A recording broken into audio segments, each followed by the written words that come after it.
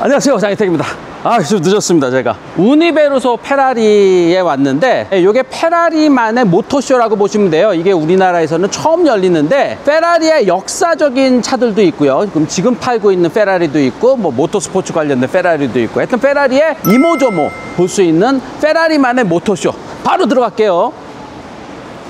저희가 촬영 시간이 30분밖에 안 되는데, 같이 온 언론사들이 다 이렇게 도슨트 투어를 해요. 근데 도슨트 투어를 저희가 찍으면은 모든 영상 매체들이 다 똑같은 영상만 나갈 거 아니에요. 그래서 저는 도슨트 투어를 안 보고 제가 그냥 알고 있는 거 이렇게 말씀드리는 걸로 가겠습니다. 다른 관점에서, 장진택의 관점에서 이 우니베르소 보는 거를 보신다면 이걸 보시고요. 저는 뒤에 조용히 따라가면서 또 이 도슨트 프로그램에 방해가 되지 않는 조건으로 별도로 촬영하게 했으니까요. 조용조용히 제가 말씀드리도록 하겠습니다. 들어가시죠.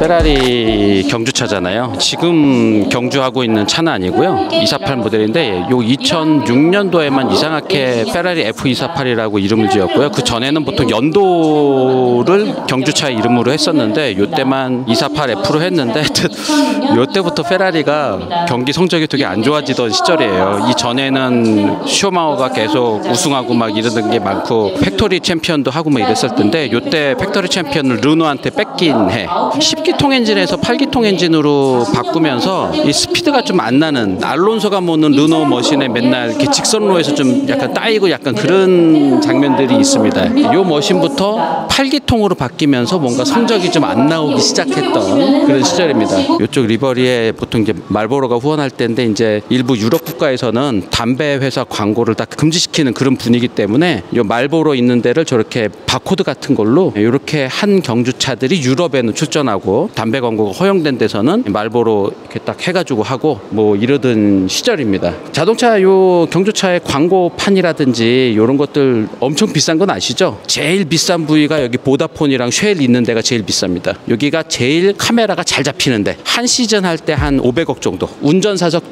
뒤쪽에 여기 공기 흡입구 요쪽이 그 다음에 비싸요. 이게 한 350억? 그리고 여기 날개 부위도 조금 비싸고요. 요 앞쪽에 요런 데는 그렇게 비싸지가 않은데, 카메라가 이 차 전면부는 많이 찍잖아요. 그래서 여기에는 이제 스폰서 로고들이 이렇게 딱 도열돼 있듯이 이렇게 들어가고요. 요때부터 앞에 에어 스포일러 이런 것들 높이도 이렇게 높여라 뭐 이런 여러 가지 에어 공기역학에 대한 규정들이 많아지면서 약간 이렇게 들뜬 듯한 이렇게 돼버렸어요. 뭐 그러면서 하여튼 여러 가지로 F248 머신부터 페라리가 성적이 좀 안 나오기 시작했었던, 르노한테 좀 밀렸던 해죠. 이 전에 게 또 명예롭고, 막 슈마허가 우승할 때 그걸 안 갖다 놓고 우승을 뺏겼을 때 머신을 전시를 했는지 모르겠어요. 이거를 F248이라고 하는 거는 원래의 페라리 명명법이에요. 그러니까 2.4리터의 8기통 엔진에 들어갔기 때문에 248. 요거 외에는 연도로 이 경주차 이름을 붙일 때였는데, 이때만 특이하게 F248이라고 붙였더라고요. 미디어 오토. 말만 봐도 그냥. 여기 이제 1950년대 페라리거든요. 250이라는 이름이 붙은 거는, 이거는 실린더 하나당 요 250cc다. 이게 3리터 엔진인데 12기통이거든요. 그러니까 3리터 나누기 12 하면은 250cc씩 나옵니다. 그래서 250cc의 실린더 12개가 모여서 3리터 엔진. 그리고 요 엔진으로 경주차도 만들고 뭐도 했는데, 뭐 우승도 하고, 요때 잘 나갔던 페라리가 쭉 올라가던 시절의 페라리입니다. 요 차를 페루치오 람보르기니가 요 차 250GT 요거 똑같은 차 요걸 갖고 있었는데, 이제 클러치 이거 문제다 요 얘기를 하러 갔다가 이제 문전박대 당하고 해가지고 열받아서 내가 만든다 해가지고 람보르기니 만들었다는 일화는 다들 알고 계시죠. 그때부터 이 일반인들한테도 페라리를 많이 팔기 시작했던 그 차고요. 젊은 귀족들이 이때 이거 그냥 다 경쟁적으로 이 차를 샀죠. 512 BB. BB가 이제 베를리네타 박서? 베를린 그러면 독일 베를린이기도 하지만, 독일 베를린에서 마차 시절에 만들었던 바퀴 4개 달린 4명 타는 마차가 상당히 스타일이 좋아. 우리도 베를린 스타일로 만들어줘. 요게 그냥 베를린이 돼버렸습니다. 그래서 베를린 그러면은 그냥 일반적인 세단을 뜻하고요. 베를리네타, 그러니까 베를린을 좀 더 작게 작게 만든 거, 이런 작은 쿠페형 차를 뜻하게 됐어요. 그러니까 베를리네타 그러면은 그냥 쿠페인데 박서 엔진이 여기 들어가 있습니다. 박서 엔진, 이렇게 수평대항이라 그러죠. 실린더가 이렇게 움직이는 거, 실린더가 이렇게 움직이는 박서 엔진이 들어가서 무게 중심이 아주 낮게 들어가 있다는 요 모델. 요때부터 페라리가 뭔가 슈퍼카의 영역에서 혼자 독보적으로 막 치고 올라오던 그 시절인데, 요때 요거 이제 투톤 컬러로 돼 있잖아요. 이거 검은색과 빨간색으로 되어 있는데, 지금 저쪽 옆에 있는 페라리 F40도 그렇고 여기 페라리 F50도 그렇고 다 아래 위를 나누는 요 라인이 있습니다. 요 라인, 요거를 워터라인이라고 그래요. 워터라인. 그러니까 워터라인 얘기는 제가 별도로 해드릴게요. 하여튼 요거를 워터라인이라고 그러고, 요게 이탈리아에서부터 뭔가 이렇게 워터라인이 있으면은 약간 이탈리아 디자인, 그리고 상당히 상업 디자인의 어떤 원칙에 의해서 만든 자동차 디자인이다 라는 것들을 표시해 주는 게 이 워터라인입니다. 이거 딱 보시면은요, 차의 아랫부분과 차의 윗부분을 나누는 라인이기도 하지만, 요게 위에서 봤을 때, 요 탑뷰에서 봤을 때 가장 튀어나와 있는 라인이기도 해요. 대충 이제 도면을 잡을 때 기준선이 되는 라인이라서 이제 요 산업 디자인에서 상당히 중요한 라인이다. 그리고 산업 디자인에 의한 아주 계획성 있는 차로 차를 디자인하기 시작할 때 요 워터라인이라는 개념이 이제 들어가기 시작을 했어요. 요거 다음에 이제 F40, 우리 90년대 이제 페라리 40주년을 기념해서 만들었는데, 요것도 이제 요 워터라인을 중심으로 해서 단정하게 디자인이 됐죠. 그리고 이 슈퍼카는 워터라인이 있어야 되라는 것을 얘기해주는 차이기도 합니다. 이 슈퍼카는 어떻게 만들었냐면요, 슈퍼카는 이 튜브 프레임으로, 이 프레임으로 안에가 이렇게 여러 가지 골격으로 막 이렇게 되어 있는데, 그 골격에 이 아랫부분, 요 아랫도리는 골격에 든든하게 딱 연결이 돼 있고 약간 받침대 같은 구실, 그리고 요 위에 요 위에 판은 이렇게 열리는 겁니다. 이렇게 앞에도 요 워터라인을 기점으로 해서 이렇게 전체적으로 열립니다. 문짝은 물론 이렇게 열리죠. 문짝 요 위에만 열리는 게 아니고 문짝은 이렇게 열립니다. 그래서 이 슈퍼카 그러면은 요 워터라인을 기점으로 해서 아래 위로 나누는 요 디자인이 슈퍼카를 대변하는 그런 디자인이 됐을 때도 있어서, 70년대의 이탈리아 스포츠카들 보면은 다 워터라인이 이렇게 딱 있어요.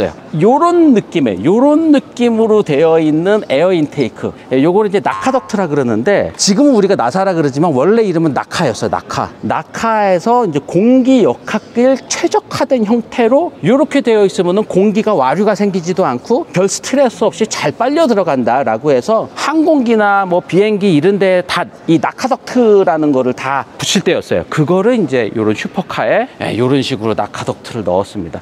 공기가 이렇게 가면서 요 정도로 이렇게 해서 들어갈 때 뭔가 와류가 생기지 않고 쑥쑥쑥쑥 잘 들어간다. 요 차 외에도 뭐 람보르기니 쿤타치라든지 이런 여러 가지 자동차들 빨리 달리는 것들에 경쟁적으로 나카덕트가 들어갈 때가 1970년대. 나카덕트가 있으면 빠른 거구나, 요런 시절이었습니다. 페라리 F40 87년도에 나왔어요. 87년도. 87년에서 92년까지 1300대나 만들었구나. 이거는 시속 100km까지 4초 정도 걸렸네요. 페라리 F40 이후에 F50 나왔는데 이제 50주년을 기념하긴 하지만 딱 50주년에 나온 건 아니에요. 페라리 F40보다 좀 더 진화된 형태로, 여기도 이제 워터라인이 딱 지나가고 수평선으로 안 하고 약간 뒤로 가면서 올라가는 라인으로 해서 조금 더 역동적으로 다듬어서 만들었죠. 1995년에서 97년까지 349대를 만들었네요. 그리고 시속 100km까지 3.8초 걸린다고 하고요. 90년대만 해도 차가 이렇게 각진 스타일에서 둥글둥글한 스타일로 이렇게 막 바뀌어갈 때, 그때 이게 약간 둥글둥글한 면들, 약간 유기적인 형태, 뭐 이런 것들, 그리고 철판 가공 기술이라든가 이런 것들이 F40 만들던 80년대만 해도 딱딱 접는 거밖에 못 만들 때였는데, 이때만 해도 이제 클레이를 통해서 차를 상당히 자유롭게 형태를 잡고 그러던 시절이죠. 512 BB 만들던 시절이나 이럴 때는 클레이로 차를 깎던 시절이 아니고 나무로 깎아서 형태를 잡을 때예요. 그래서 면들이 나무를 깎아가지고 만든 면처럼 보이게 면이 좀 단단해 보이죠. 근데 이때만 해도 이제 클레이로 다 차를 깎아가지고 만들던 요 시절이기 때문에 차력을 깎아서 만든 그런 자유곡선들이 많이 들어가 있습니다. 그러면서 차들이 클레이로 디자인을 할 때 이렇게 자유곡선, 이렇게 둥글둥글한 면들이 이렇게 좀 많이 나오게 됐던 시절, 90년대 시절이고요. 그 다음에 이제 엔초 페라리는 이제 2000년대 넘어가면서 2002년도에 나왔는데, 이때만 해도 디자인 방법이 디지털 디자인으로 바뀔 때입니다. 그러니까 클레이 디자인 할 때는 둥글둥글한 거, 그 다음에 디지털 디자인으로 했을 때는 점과 점을 연결하면 선이 되고 선과 선을 연결하면 면이 되고 좌표를 연결해서 디지털 디자인을 하던 거기에 최적화된 디자인이죠. 이 차의 디자인이 일본의 아주 세계적인 자동차 디자인 디자이너인 켄 오쿠야마 씨가 요거 디자인했고, 저번에 켄 오쿠야마 씨는 제가 콘크로스터 레간자 그 취재 갔을 때 켄 오쿠야마 씨도 자기가 디자인한 버드 케이지 그 차를 타고 나왔었잖아요. 그분 요거랑 마세라티도 요거 바디로 해가지고 만드는 마세라티 있거든요. 그런 거를 다 피닌팔이나 있으면서 페라리나 마세라티나 이런 것들을 다 디자인하던 그 시절입니다. 켄 오쿠야마 씨가 그때는 세계 최고의 자동차 디자이너다 라고 얘기하던 시절에 만들었던 차예요. 미디어 오토. 여기는 페라리 그냥 최근까지 팔았던 SF90 뭐 이런 게 있네요. 그리고 요거는 488 피스타. 그러니까 이게 피스타 그러면은 트랙이에요, 트랙. 여기 앞에 공격학적인 성능, 그러니까 앞을 눌러주는, 아무래도 고성능 차고 뭐 이러기 때문에 앞이 조금 뜰 수가 있거든요. 앞을 좀 눌러주는 이런 성능을 좀 더 강화시켜서 트랙 주행에, 고속 주행에 좀 더 적합하게 바꾼 488 피스타. 그리고 488 피스타 이후에 앞부분을 눌러주는 기술들이 상당히 많이 발전을 했어요. 그래서 최근에 팔고 있는 페라리 SF90이라든지 뭐 296 GTB라든지 뭐 이런 것들 보면은 앞부분에 요 다운포스 이런 것들을 상당히 좀 강조를 해서 좀 더 안정적으로 주행할 수 있고 좀 더 고속 주행에 유리하게 된 걸 볼 수 있습니다. 그리고 이 미드십 스포츠카는요, 이 뒤에 엔진 있잖아요. 뒤에 엔진이 있고 뒤에 아주 세차게 이렇게 파워풀하게 굴러가기 때문에 이 앞쪽은 사실 별다른 기계 장치가 없긴 하지만 타이어를 좀 더 앞으로 안 하고 앞에 좀 남겨두는 게 앞에 다운포스라든가 이런 것들이 상당히 중요하기 때문에 앞을 좀 공기역학적으로 다듬을 수 있는 것들을 좀 뾰족하게 뽑기 위해서 앞에 오버행이 조금 있는 겁니다. 그리고 이거 탄소 섬유로 만든 그 카본 휠이라서 이 휠 하나만 해도 가격이 엄청나요, 이게. 그리고 여기 488 GT나 488 챌린지 에보 뭐 이런 것들이 있는데, 지금 아마 페라리 488로 아마 경기가 열릴 거세요. 페라리 챌린지라는 경기가 있어요. 페라리 오너들도 참여할 수 있는 경기가 있습니다. 프로급 선수들이 있고 아마추어급 선수들이 있고, 그러니까 젠틀맨 드라이버들이라고 얘기를 하는데, 페라리 오너분들이 이제 이 승부를 겨룰 수 있는 페라리 챌린지 원메이크 레이스가 열리거든요. 거기에 이제 그 경주차를 사가지고 들어가면은 자신의 스폰서십이라든지 자신의 마음에 들게 이렇게 리버리를 만들어서 이 차를 가지고 페라리 원메이크 레이스에 출전을 할 수가 있습니다. 그 페라리로부터 경주차를 사서 전 세계를 돌아가면서 경기 참여해서 뭐 상금도 있고 그러더라고요. 참고로 이 차를 사서 경기 나간다 그러면은요, 이 차를 메인터넌스 어떻게 해? 막 이런 거 걱정할 필요가 없습니다. 페라리에서 다 메인터넌스 해주고 이 차를 관리해주는 정비사도 딱 붙여주고 그냥 이제 경기에만 집중할 수 있도록 해줍니다. 물론 좀 돈은 들어가죠. 돈은 들어가는데 경주차만 사는 게 아니고 메인터넌스라든가 이런 것까지도 다 해주기 때문에 돈 좀 있으시고 좀 달리고 싶으신 분들은 그 페라리 사서 경기 출전하는 거. 띠리링 띠리링. 여기는 이제 저 페라리 로마가 있고요.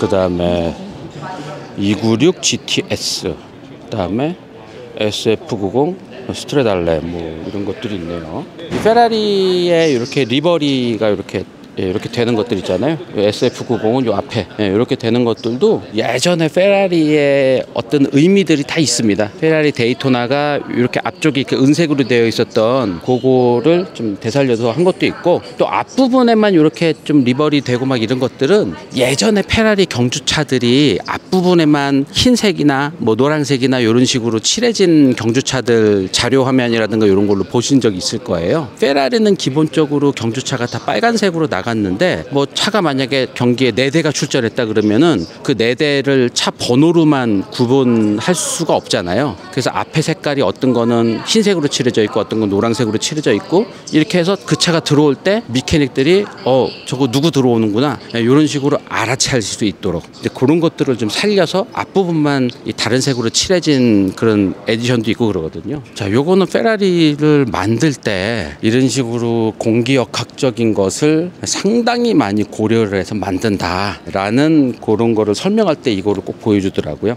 그러니까 공기가 어느 정도 저항을 받으면서 가는지 이런 것들을 이제 색깔로, 그러니까 빨간색이 공기가 좀 많이 저항을 받는 데고, 파란색 쪽이 공기가 좀 그러니까 그 공기 기압이 높고 공기 기압이 낮고 아마 그럴 거예요. 그래서 공기가 좀 많이 부딪히는 데는 아무래도 기압이 좀 높죠. 모든 것들이 다 공기역학으로 다 만들어진 거거든요. 그래서 공기역학을 상당히 많이 고려를 해서 만든다. 그리고 이렇게 프로토타입, 이렇게 이제 모형을 만들어서 2분의 1 사이즈예요, 이게.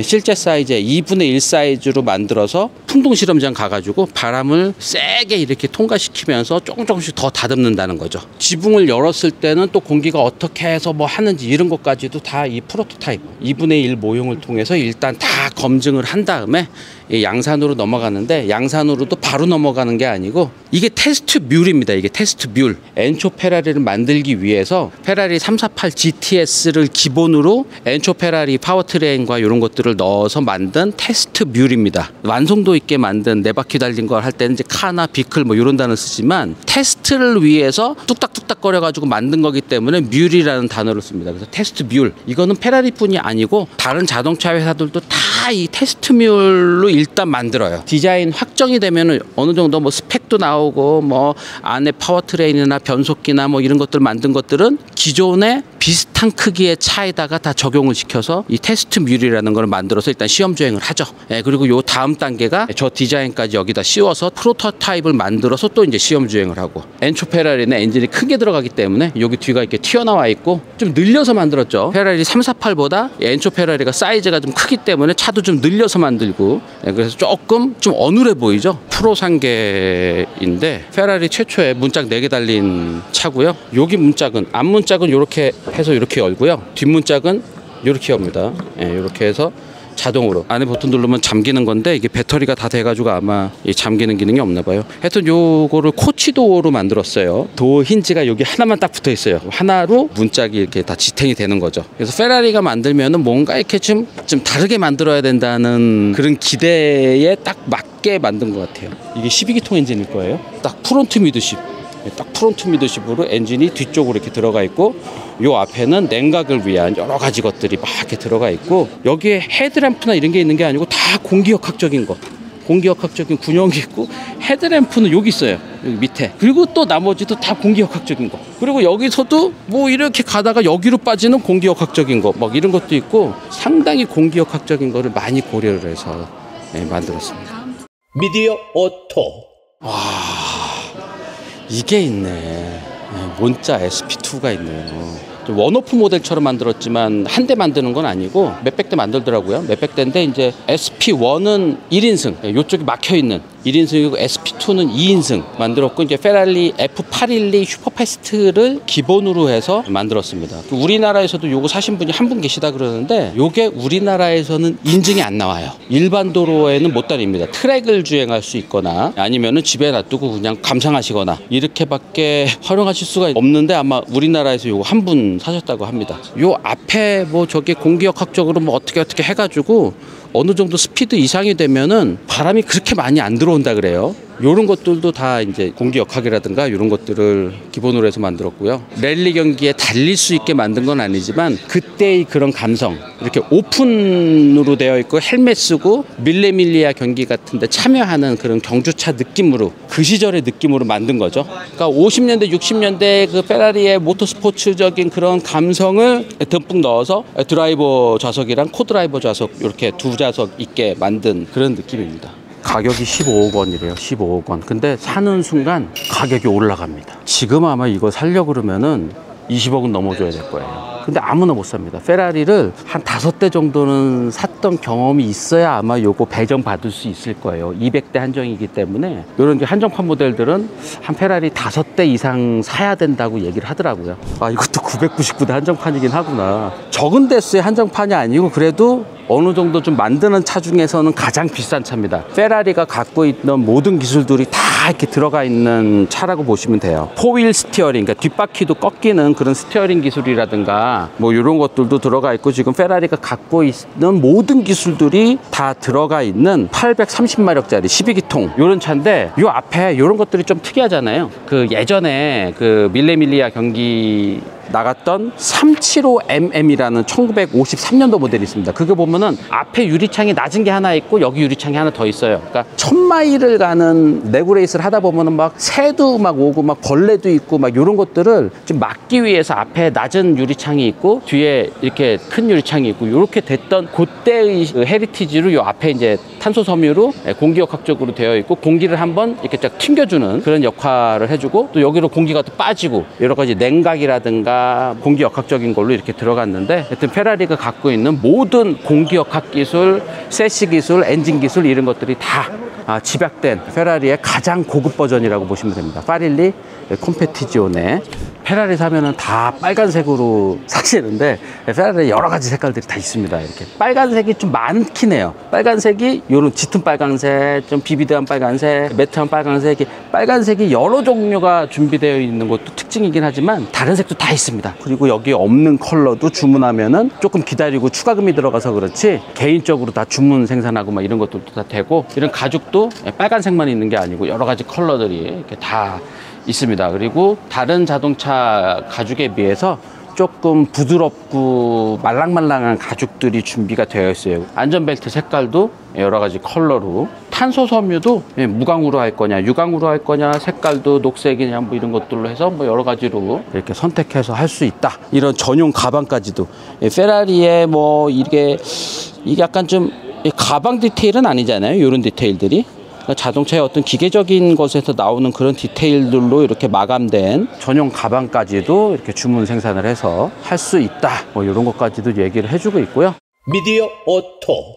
동대문 디자인 프라자에서 열리고 있는 우니베르소 페라리만의 쇼, 이거 잠깐 둘러봤는데 전 세계에서 여기저기서 열리고 있어요. 보통 근데 서킷이나 뭐 이런 데서, 왜냐하면 다들 달리러 오신 분들이 페라리를 좀 더 즐기기 위해서 이 서킷을 배경으로 해서 이런 것들이 많이 열리는 걸로 저도 생각을 했었는데, 우리나라에서는 서울시 중심에 있는 동대문 디자인 프라자에서 이게 열리고 있습니다. 이 전시 정보라든가 이런 거는 요 밑에 제가 자막으로 그것까지 제가 다 알지 못하고 와서 죄송합니다. 우니베르소 페라리 전시 여기까지만 보여드릴게요. 고맙습니다.